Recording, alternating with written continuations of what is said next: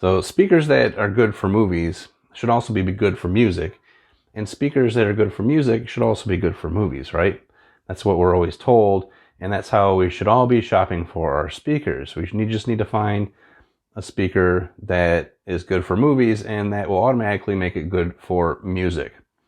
Well, I don't totally agree with that statement. I think it's way too general, especially in the enthusiast realm, which we all live in, right? And the issue is that while it's generally accepted of what makes a speaker perform well for movies, good dynamics, high efficiency, probably controlled directivity, that isn't necessarily what is agreed upon of what people enjoy for music. That's much more subjective, right? What people like to listen to for music is much more subjective when it comes to speakers. So you could go out and buy great speakers for movies, high dynamics, great sensitivity, great control directivity, and you could plop them down your theater and you could love them for movies. And then you could turn on 2-channel and you could absolutely hate them. I mean, that's a complete possibility. It's happened many times before. So how do you find the best speaker for both music and movies? Well, what's probably going to happen is you're going to have to compromise somewhat. I mean, that's what this hobby is about, is compromise, right? There is no perfect speaker. There's no perfect amp or anything like that. All of our setups are a system of compromises to get the most enjoyment for us as an individual, for what we like.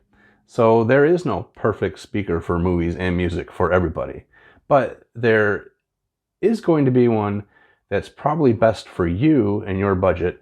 And I wanted to put together a little video here to give you a couple pointers in going down that path and finding a setup that works best for you without doing what I did and swapping out speakers left and right for years and years and years. Okay, so point number 1, decide how many channels you want to use. Decide do you want just a stereo pair of speakers up front, or do you want a full-blown Atmos setup with 4 subwoofers, and decide up front how many channels you want, because that's going to help you determine what speakers to look at. If you just want a stereo pair of speakers and you don't care about a center channel, you don't care about surrounds, you don't care about subwoofers, then that's going to open up a lot more options for you. But if you decide, I do want surrounds, I do want subwoofers, I do want Atmos speakers, you really want to look and see, okay, is that going to be a possibility with these other speakers I'm looking at as mains, right? Is there anything made that is going to go well with them as surrounds and Atmos? So that's number 1, decide how many channels you want. Number 2 kind of ties into number 1, but this is an important question too, and I'll tell you why. Decide if you want or need a center channel speaker. And the reason I'm making this its own thing is because I have found a lot of the stereo speakers that I like may or may not have a horizontal center channel available for them. All right, so that's something to keep in mind. You don't want to order a pair of speakers, have them sent to your house, get them set up, fall in love with them, and then find out that there's no horizontal center channel option for them.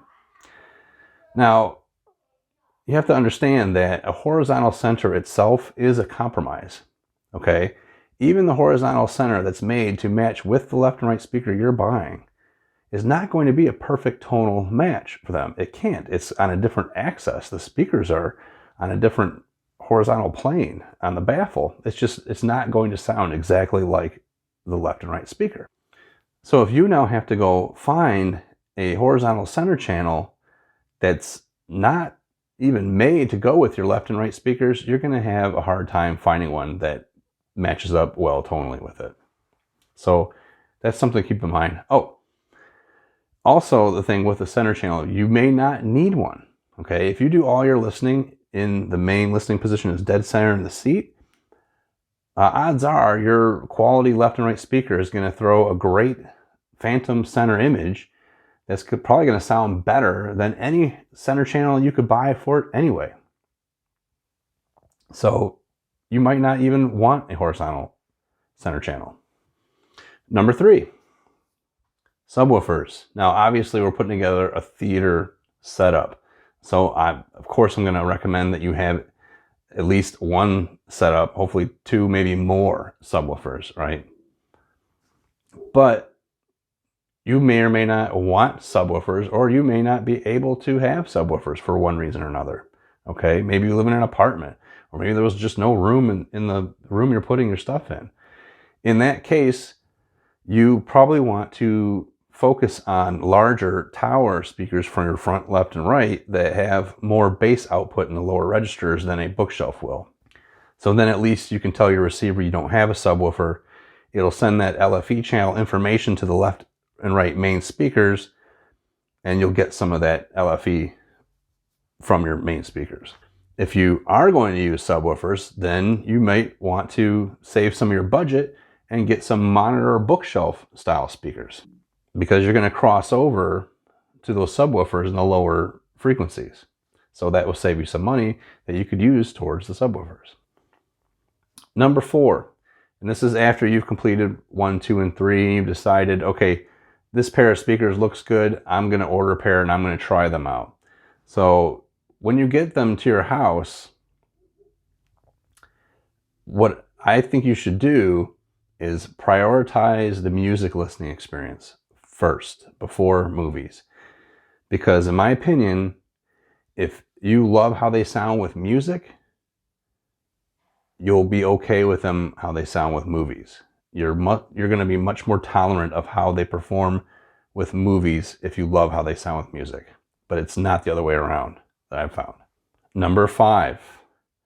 When you are ordering speakers to try out, don't order an entire surround system package. Order just a left and right stereo pair at first. Try just those out in music and movies, and make sure you like them before you go out and spend all this money on all the surround speakers. Because if you don't like them, then you just waste a lot of time, maybe money, because some of these places charge you to send them back that you didn't have to.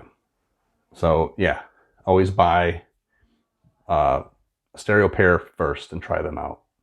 Number 6, this kind of goes back to whether surround speakers are available for the main speakers that you've chosen.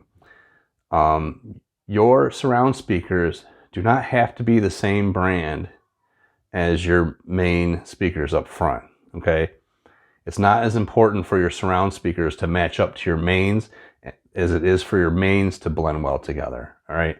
So what is important is you kind of keep the same styles of speaker as your surrounds. So if your mains have silk dome tweeters in them, your surrounds probably should have silk dome tweeters in them, so there's somewhat of a tonal match to them. Now, even if you bought the same brand of them, they're still not going to sound exactly the same, because even if they have the same tweeter in them, they're on different axes. So you're listening to them on different axes than you are the mains. So they're always going to sound different anyway.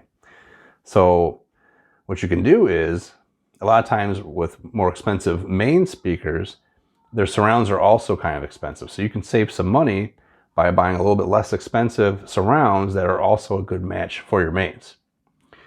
Not to mention, us being audiophiles and we like to swap stuff out. When you go to swap out your mains, you don't have to swap out the whole system. You can just swap out your main speakers, keep your surrounds, right? And then when you find new mains, as long as they have the same tweeter, they're probably gonna work okay. Then we have the subwoofer.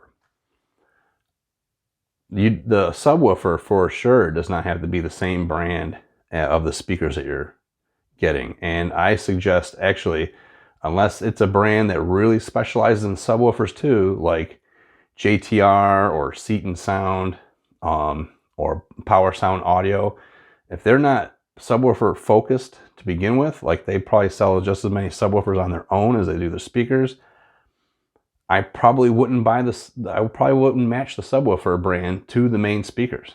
I would look towards Rhythmic Audio or a Power Sound Audio or Sioux Research. Who else we got? SVS. I mean, there's a tons of them out there. So this is by no means a definitive list of things you should do when you're putting a home theater together. I just wanted to throw some suggestions out there for those that are on this journey or starting this journey, or maybe you've got a stereo pair of speakers already and you're looking to get into home theater, surround sound, and so you don't necessarily want to get rid of your main speakers. What are your options? Just want to put this together to give you guys some suggestions. So have you been on this journey before? Have you found your perfect match for your mains and your surrounds and music and home theater? Let us know down in the comments. If you're on this journey with us, let us know what's going on, what you're looking for. If you haven't subscribed, please subscribe to the channel. And thanks for watching. Have a great day.